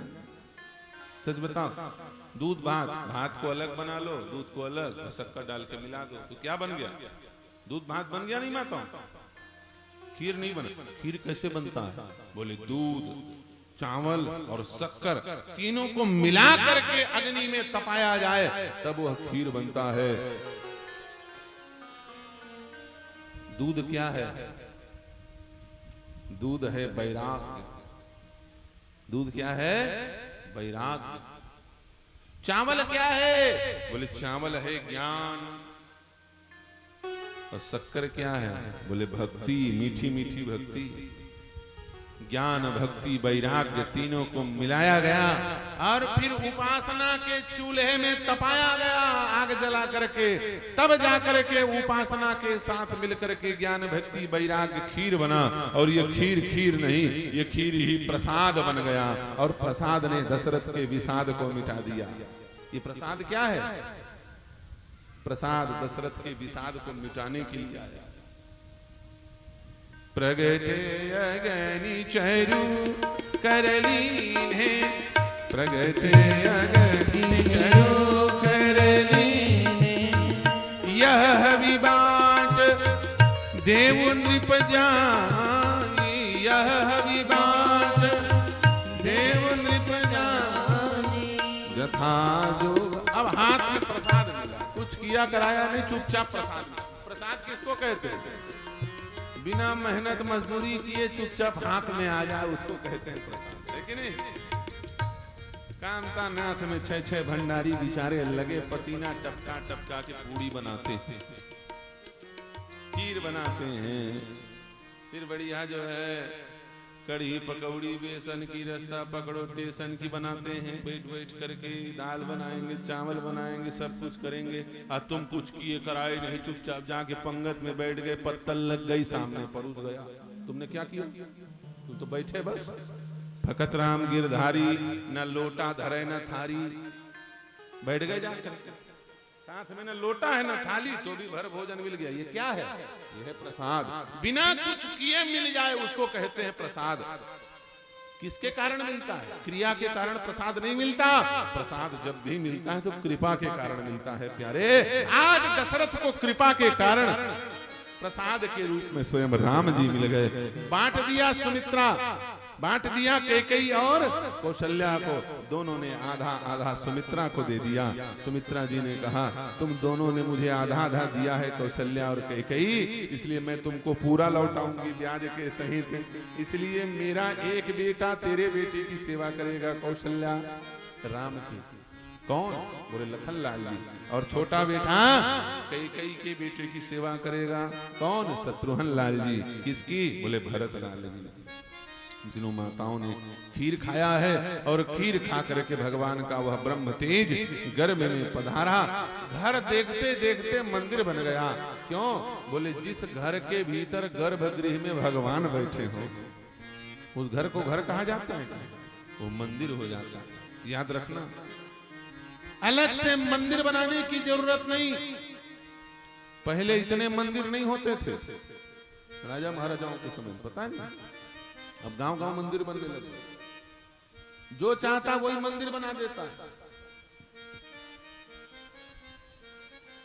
सबको मंदिर बनाने का अधिकार नहीं है, याद रखना। जो मन में आया मंदिर बना दिया। 15 कुंटल छड़िया, 500 बोरा सीमेंट, गिट्टी 2 ट्रक, 1 ट्रक रेती मिला के ढाल हो गया। अब भगवान बैठे हैं, कुत्ता लौट रहे हैं। पूजा करने वाला कोई पुजारी नहीं, भोग लगाने के लिए एक ठो थारी नहीं। पूजा करेगा पुजारी नहीं, न भोग लगावेगा थारी नहीं, अब कर रहे हैं पूजा। ये कौन सा मंदिर बनाओ तो वहां भोग लगाने की व्यवस्था करके जाओ। कम से कम 100 वर्ष तक मंदिर की पूजा चल सके, ऐसी व्यवस्था करके जाओ, तब तो मंदिर बनाओ। सब लोग मंदिर नहीं बनाते थे, लेकिन फिर भी घर मंदिर जैसा होता था। क्यों? अरे भैया अलग से मंदिर बनाने की क्या जरूरत? अपने घर ही में एक ठो कोठरी में, एक ठो अलमारी में ठाकुर जी को बैठा लो, घर ही मंदिर बन जाएगा। अलग से मंदिर के चक्कर में काहे पड़े हो? उतनी पूजा पाठ घर में करो ना। वो करते तीर्थों में मंदिर बनाया जाता था, पौराणिक स्थानों पर राजाओं के द्वारा मंदिर बनाया जाता था। ये घर घर मंदिर बनाने का विधान नहीं था। एक गांव में 20 ठो मंदिर और कोनो पूजा आरती नहीं हो रही है। हमने कहा रामचरितमानस पढ़ो, एक मंच पर कहा हमने रामचरितमानस पढ़ो, भूत प्रेत नहीं आएंगे। एक आदमी के घर में भूत प्रेत सतावे, वो बोला महाराज हमारे घर में तो रामायण है, रामचरितमानस रखी है, हमारे घर में भूत आ गया। हमने कहा ऐसा हो नहीं सकता, चलो देखे है रामचरितमानस। हाँ है। हमने पूरा घर खोज लिया, भूत कहीं नहीं दिखा। हमने कहा रामचरितमानस का, अरे चलिए महाराज अभी तो आंगन में खड़े हो। अंदर घुसे तो एक कमरा, कमरे के भीतर एक और कमरा, उस कमरे के भीतर एक और कमरा, उस कमरे के भीतर एक अलमारी, अलमारी के भीतर एक और अलमारी, और उसके भीतर एक लाकर, और लाकर के भीतर पुराने जमाने का एक रामचरितमानस 15 ठो कोठरी के भीतर में बंधा हुआ। उसमें दीमक लगे हुए थे। एक खोला, फिर 2 खोला, फिर 3 खोला, 20 कपड़ा खोले तो अंदर से आधा दीमकों ने खा लिया था रामचरितमानस। मैंने कहा इसी रामचरितमानस में भूत बैठा है, तुमने कब से नहीं खोला इसको?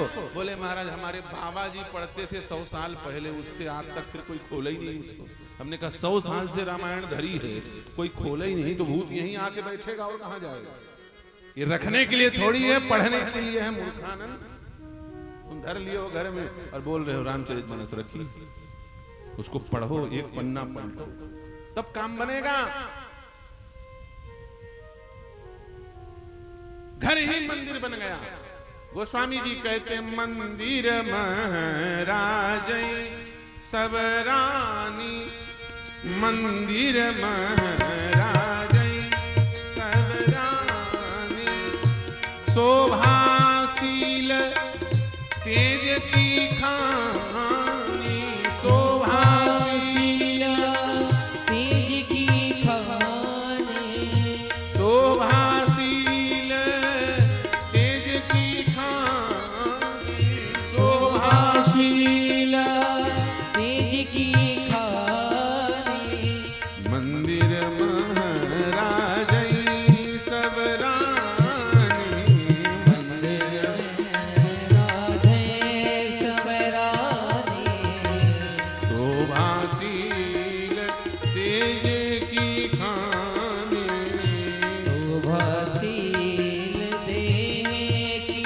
खानी धीरे धीरे धीरे धीरे गर्भ परिपक्व हुआ राम जन्म का अवसर आया गोस्वामी जी कह रहे नवमी तिथि मधुमास पुनीता नवमी तिथि मधुमासे पुनीता शुक्ल पक्ष अभिजीत हरि पीता शुक्ल पक्ष जिते हरि पीता मध्य दिवस अति शीतल घामा मध्य दिवस अति सीते नगामा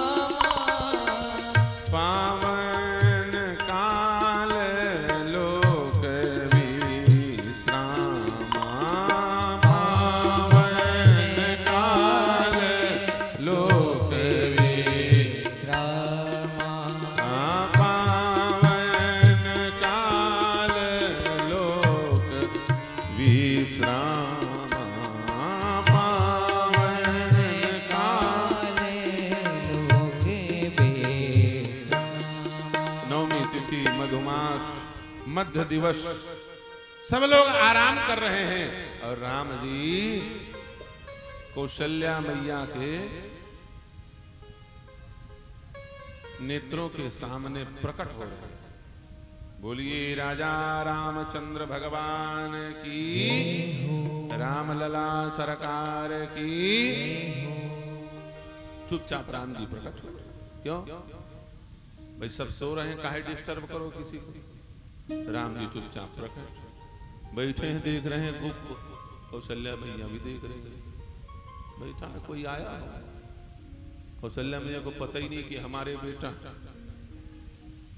राम जी बढ़िया मुस्कुरा रहे हैं कौशल्या मैया देख रही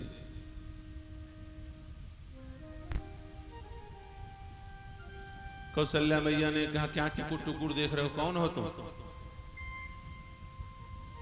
राम जी ने कहा अच्छा पता नहीं इतनी जल्दी भूल गए अरे जब राजा मनु के साथ शत्रुपा बनकर के तपस्या कर रही थी उस समय हम मिले थे पुरानी आदत छूटी नहीं है डांट डपट लगाने की कौन हो टुकुर टुकुर देख रहे हो डांट रही हो कौशल्या मैया ने शत्रुपा रूप में भी राम जी को डांट दिया था पता है ना उस समय भी बहुत जोर से डांट लगा दी थी राम जी को हुआ ये कि जब मनु महाराज ने कहा चाहो तुम्हें समान सुत प्रभु तुम सन कौन दुराओ आपके समान बेटा चाहता हूं तो राम जी ने कह दिया आप सरिस खो जाओ कहां जाई नृप तब तनय होब मैं आई मेरे समान तो कोई है नहीं मैं ही तुम्हारा बेटा बन के आऊंगा ये कह दिया था अब जब जाने लगे राम जी तो रास्ते में शत्रुपा खड़ी मिल गई राम जी ने सोचा 23,000 साल यदि मनु ने तपस्या की है तो उतना ही तपस्या शत्रुपा ने की बराबर का मेहनत किया तो जो फल महाराज मनु को मिला वही फल शत्रुपा को मिलना चाहिए वरदान तो इसको भी देना चाहिए अब मैं भूले जा रहा था तो राम जी बोले अरे देवी मैं भूल गया था तुमको जो मांगना है तुम भी मांगो देवी मांग बर जो रुचि तोरे हे देवी तू जो वर मांगना चाहती है मांग ले।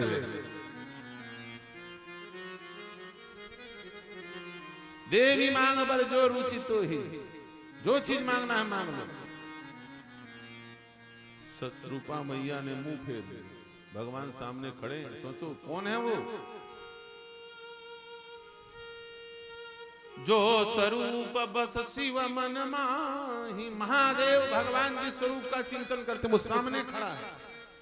जो भूषुंडी मन मान सहंसा, अगुण सगुण जहि निगम प्रशंसा। निगम वेदों में जिसका वर्णन है करे ही प्रशंसा, वो भगवान सामने खड़े हैं। और शत्रुपा ने मुंह फेर दिया, भगवान के पसीना छूट गया।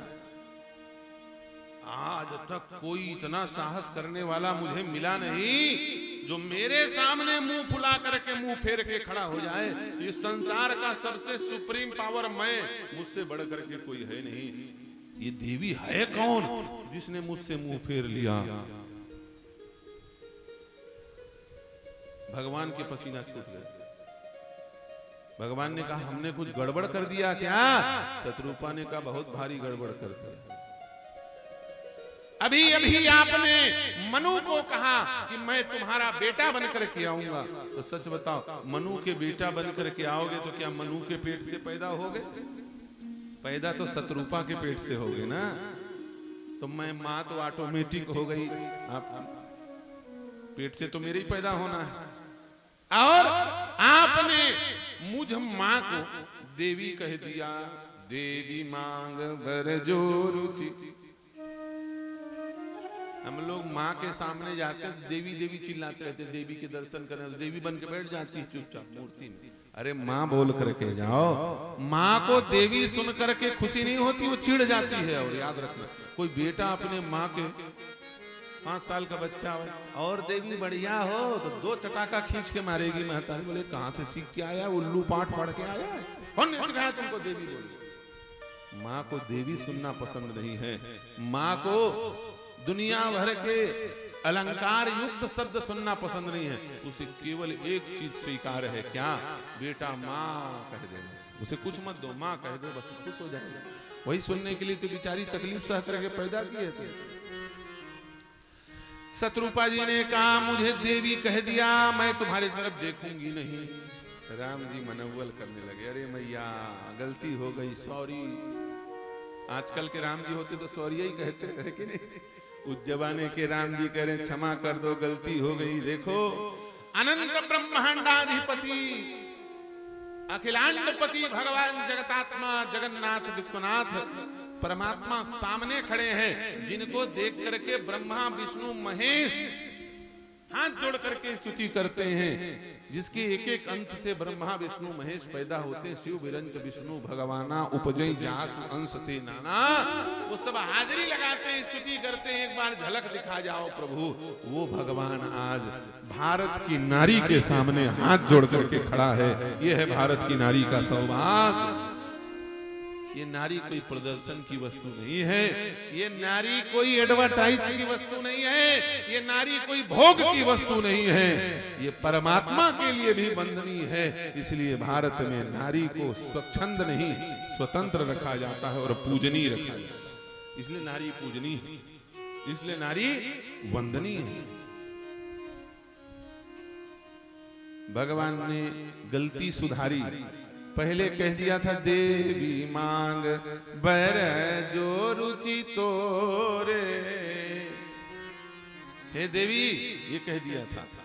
दूसरे पंक्ति में तत्काल गलती सुधार दिया। मातु विवेक अलौकिक तोरे, मातु विवेक अलौकिक तोरे, कबहून घटहि अनुग्रह मोरे, कबहून घटहि अनुग्रह मोरे, मातु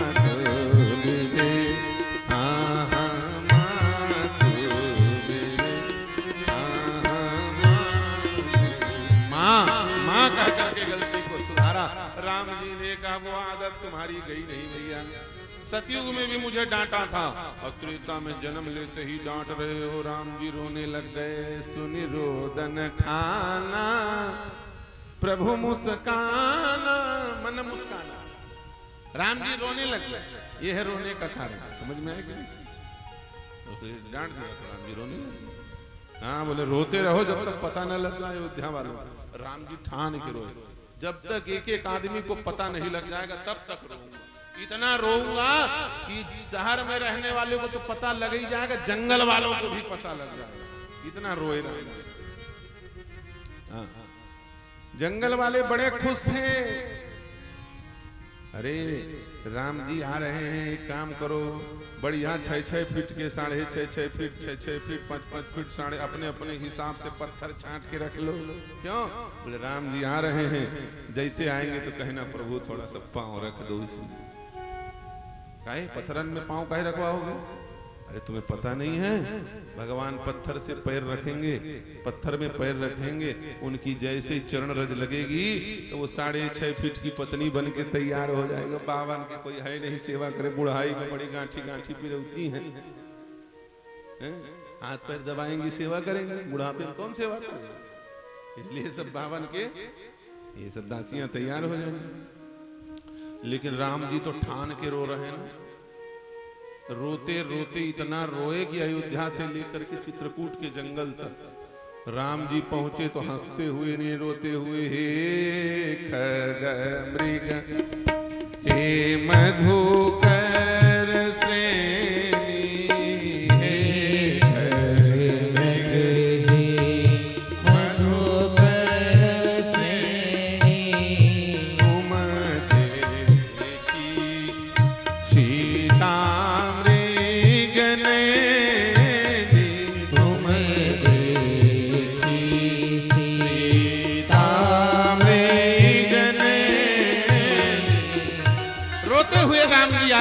ऋषियों को पता चला राम जी रो रहे हैं। क्यों रो रहे हैं? बोले नारी के चक्कर में। अरे राम राम राम, हम तो गड़बड़ थे, भगवान बचा लिए बाबा। नारी के चक्कर में नारायण को रोना पड़ रहा है तो हम बावन की कौन भी साथ। जल्दी फेंको रे, दौड़ पड़े सब अपना अपना पत्थर लेके। बोले मंदाकिनी गंगा में फेंको, घाटों में ना रहे, न जिसकी पत्थरा उसकी नारी हो जाए। बीच पहाड़ गंगा जी के धार में फेंक फेंक किया।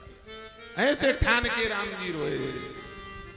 और जब रोए तो गोस्वामी जी ने कलम चलाया, सुन शिशुरुदन परम प्रिय बानी, सुन शिशुरुदन परम प्रिय बानी, सब ब्रह्मचलिया सब रानी, सब ब्रह्मचलिया सब रानी। सब दौड़ पड़े कौशल्या मैया के राजप्रसाद की ओर, कक्ष की ओर, प्रसूति का गृह की ओर। और पता चला कि राम लला हुए हैं। दासियां भाग करके दशरथ जी महाराज के पास पहुंची। दशरथ जी महाराज अपने कंठ से अमूल्य मणियों के हारों को उतार उतार के न्यौछावर में लुटाने लग गए। जब हमारे यहाँ बच्चे पैदा होते हैं तो माताएं सोहर गाती। तुलसीदास ने कहा हम भी सोहर गाएंगे। तुलसीदास जी ने कहा हम भी सोहर गाएंगे। बाबा हैं तो क्या हुआ, गाएंगे। तो बोले महाराज रामचरितमानस में सोहर कैसे गाओगे? बोले गाएंगे, चौपाई को सोहर के धुन में गाएंगे। राम जी ने चौपाई को सोहर के धुन में गा दिया। अरे दशरथ पुत्र जन्म सुनि काना, जन्म सुनि हो ललना मानहु ब्रह्मानंद समाना समाना हो ललना मानहु ब्रह्मानंद समाना समाना। परमानंद पूरी मन राजा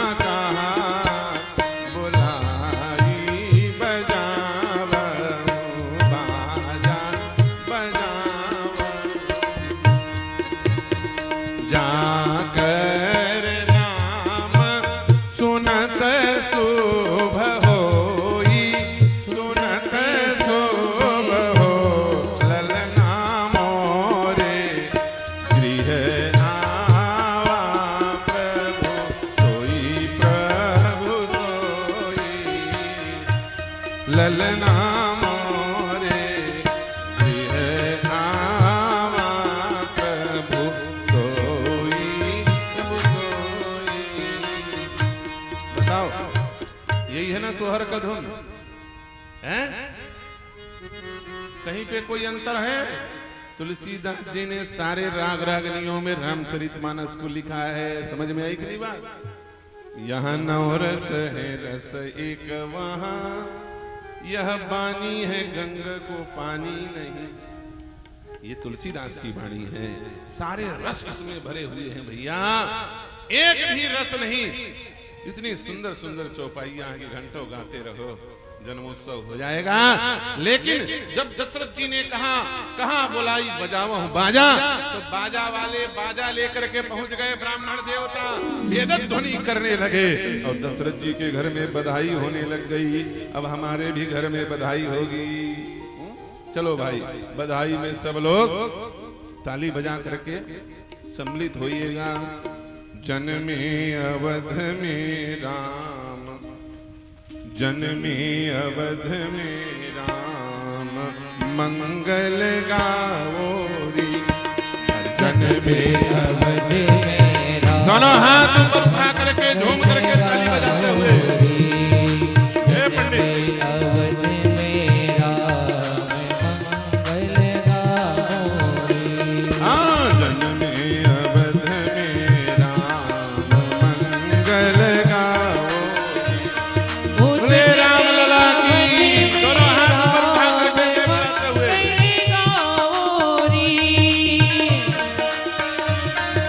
अरे बैठे रहो सब अपने अपनी जगह में। दो सबको ये पैगाम मंगल गाओ रे। हाँ, दो सबको ये पैगाम मंगल गाओ रे। दो सबको ये पैगाम घर घर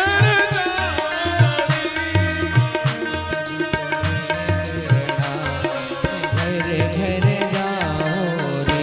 जय हो।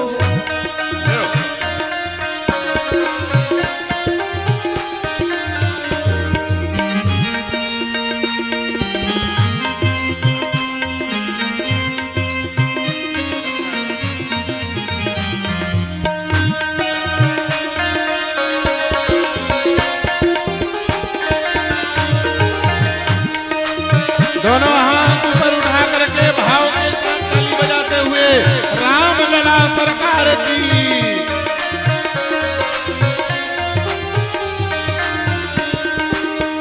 राम लला के दर्शन कर लो, राम लला के दर्शन कर धर लो। पद पंकज में माथा धर लो। पद पंकज में माथा धर लो। पद पंकज में माथा धर लो। पावन है इनका नाम, पल पल धाओ रे। पावन है इनका नाम, पल पल ध्यायो जी। मेरा नाम झूम करके दोनों हाथ ऊपर उठा करके ताली बजाते हुए भाव के साथ।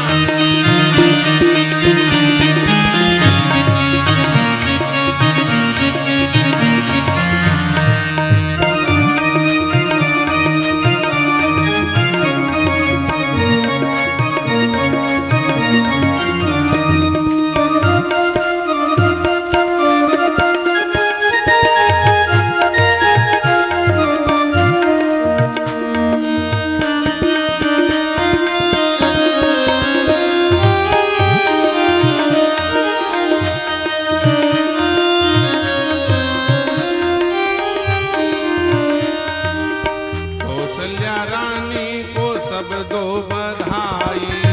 कौशल्या रानी को सब दो बधाई। आई रे आई घड़ी शुभ ये आई। आई रे आई घड़ी सुबेरे आई। अरे मिलकर चलो रघुधाम, घर घर बारी। ओ मिलकर चलो रघुनाथ, धन धन बारी।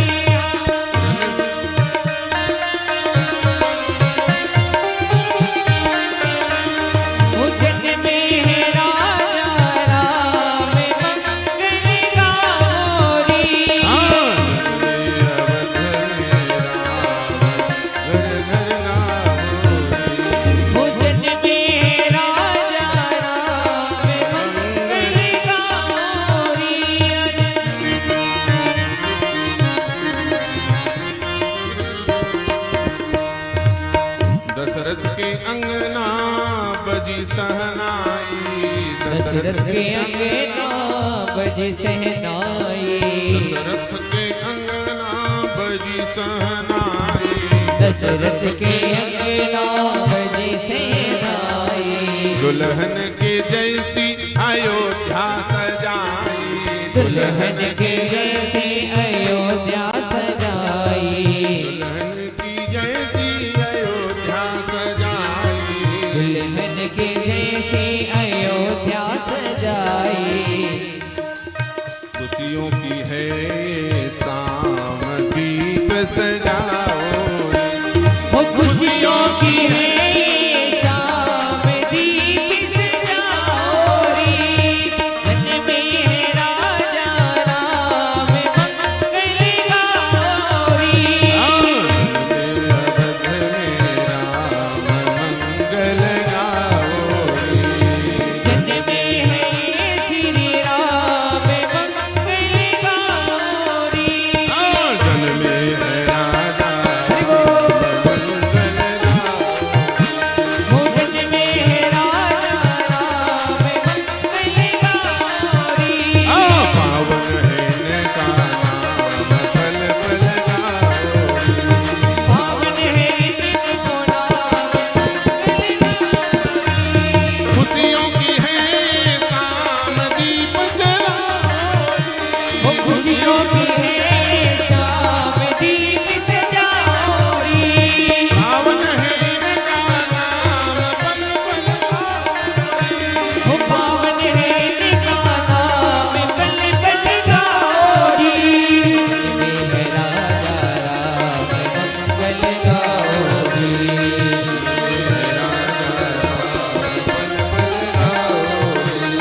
जन में है राजा राम मंगल गाओ रे। ओ जन में है राघव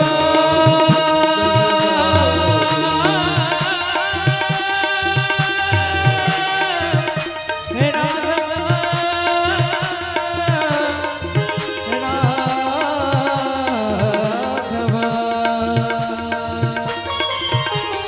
जन में है राजा राम मंगल गाओ रे। जन में है राजा राम मंगल गाओ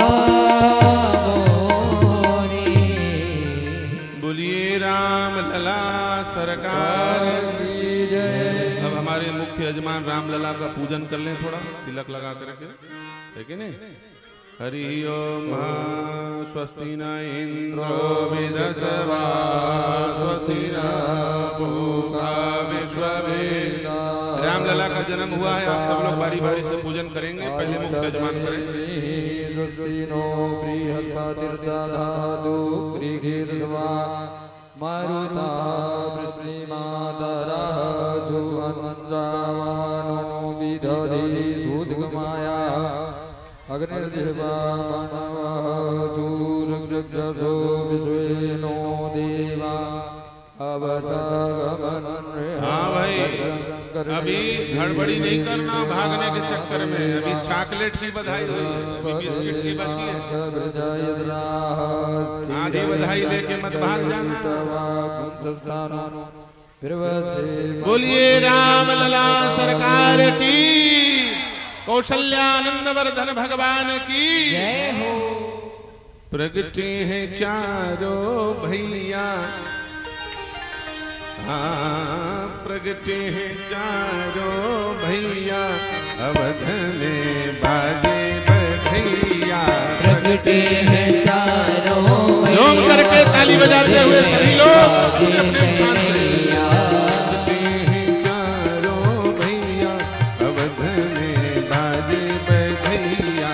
प्रगटे हैं चारों भैया, अवध में बाजे सहनैया।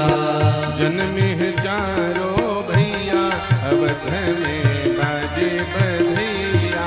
जन्मे हैं चारों भैया, अवध में बाजे सहनैया। गलिन गलिन में धूम मची है, गलन गलन में धूम मची है। धूम मची है सखी, धूम मची है।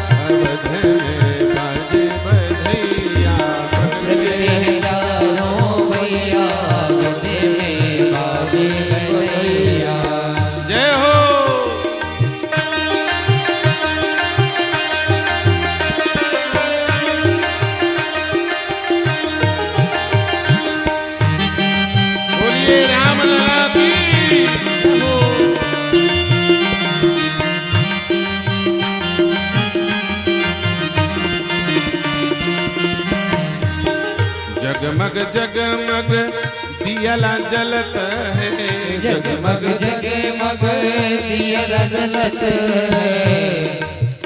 ताली बजाएंगे उनको मिलेगा। जगमग जगमग दियला जलत है, जगमग जगमग दिया जलत है। जगमग जगमग जगमग जगमग जगमग जगमग जगमग जगमग जगमग दियला जलत है, जगमग जगमग दिया जलत है। झिलमिल होता दरिया अवध में बाजे बजरिया, झिलमिल होती दरिया अवध में बाजे बजरिया। भैया अवध में बाजे बजरिया, हो जग में हजारों भैया अवध में बाजे बजरिया। प्रगटे हैं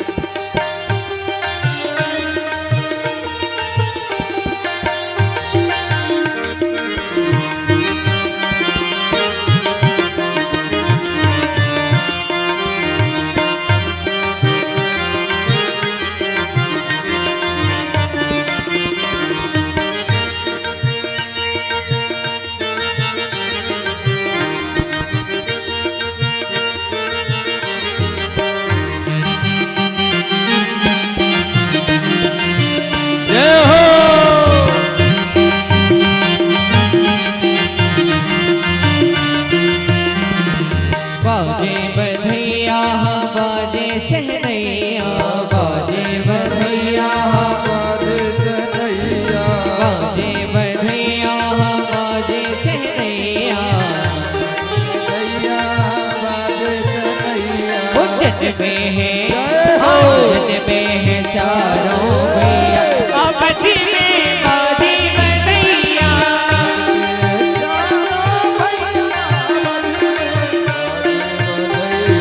प्रगटे हैं चारों भैया अवध में बाजे बधैया।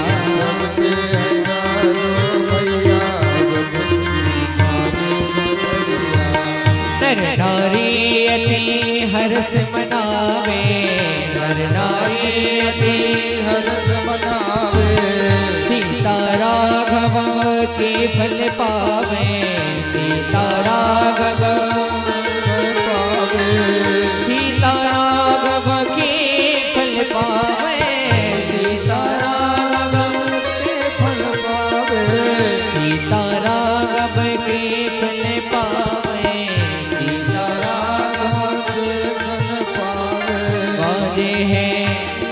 बाजे हैं आज से नैया अवध में बाजे बधैया। बाजे आज सनैया, बाजे बाजे बधैया। जन में है चारों भैया अवध में बाजे बधैया। चारों भैया बाजे बाजे बधैया। वो प्रगटे हैं चारों भैया अवध में बाजे। दोनों हाथ ऊपर उठाकर भाव के चारों भैया बाजे बाजे बधैया। राम राम राम राजा राम राम राम राम राम राम राम राम सीता राम राम राम राजा राम राम सीता राम राम। वो प्रगटे हैं चारों भैया अवध में बाजे बधैया।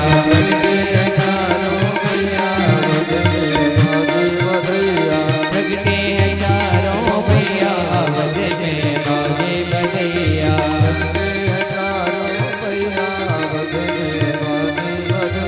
अवध में बाजे बधैया, अवध में बाजे बधैया, अवध में बाजे सहनाइया। बोलिए राजा रामचंद्र सरकार की जय। आरार्तिक्यम आरती।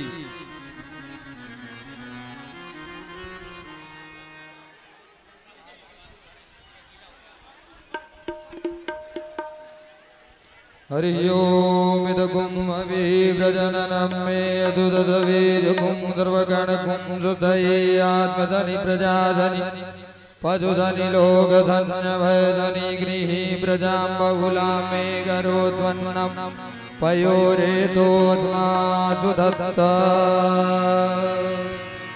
हे राजा राम तेरी आरती उतारो, हे राजा राम तेरी आरती उतारो, अवध बिहारी तेरी आरती उतारो, अवध बिहारी तेरी आरती उतारो। कनक सिंहासन राजत जोड़ी, कनक सिंहासन राजत जोड़ी, दशरथ नंदन जनक किशोरी, दशरथ नंदन जनक किशोरी, युगल छवि को सदा निहारो, युगल छवि को सदा निहारो। श्री सीताराम जी की आरती उतारो, सीताराम जी की आरती उतारो, मामे भागे शोभित जग जननी, मामे भागे शोभित जग जननी, चरण विराजते हैं सुधि अंजनी, चरण विराजते हैं सुधि अंजनी। उन चरणों को सदा पखारो, उन चरणों को सदा पखारो। हे राजा राम तेरी आरती उतारो, हे राजा राम तेरी आरती उतारो। आरती हनुमत की मना भावे, आरती हनुमत के मन भावे, राम कथा नित शिव जी गावे, राम कथा नित शिव जी गावे। उन चरणों को सदा पखारो, उन चरणों को सदा पखारो। श्री सीताराम जी की आरती उतारो, हे राजा राम तेरी आरती उतारो, चरणों से निकली है गंगा प्यारी, चरणों से निकली गंगा प्यारी, वंदन करती है दुनिया सारी, वंदन करती है दुनिया सारी। उन चरणों में शीश नवाओ, उन चरणों में शीश नवाओ। श्री सीताराम जी की आरती उतारो, सीताराम जी की आरती उतारो। कर्पूर गौरव करुणावतारम संसार सारम भुजगेन्द्रहारम, सदा वसंतम हृदयारविन्दे भवं भवानी द्वैतं नमामि। गन्धारमाला गुलकालिकाली कृपालमाला तुलसीकराय, दिव्यंबराय च दिव्यंबराय, नमः शिवाय च नमः शिवाय। त्वमेव माता पिता त्वमेव त्वमेव वन्दे सदा त्वमेव त्वमेव वेद्या द्रविणं त्वमेव, त्वमेव सर्वं मम देवदेव त्वमेव सर्वं मम देवदेव, त्वमेव सर्वं मम देवदेव। हरि ओम जलेना शीतलीकरणं पुष्पै देवाभिवन्दनम् आरोग्यार्थे आत्माभिवन्दनं प्राणाभिवन्दनम् आरार्तिक्यं समर्पयामि। ॐ द्यौः शान्तिरन्तरिक्षं शान्तिः पृथिवी शान्तिरापः शान्तिरोषधयः शान्तिः वनस्पतयः शान्तिर्सर्वे देवाः शान्तिर्ब्रह्म शान्तिः सर्वगं शान्तिः शान्तिरेव शान्तिः क्षमा शान्तिरेधि यतो यतः समीहसे ततो नो अभयं गुरु सन्नः गुरुप्रजाभ्यो भयन्नः पशुभ्यः शान्तिर्भवतु।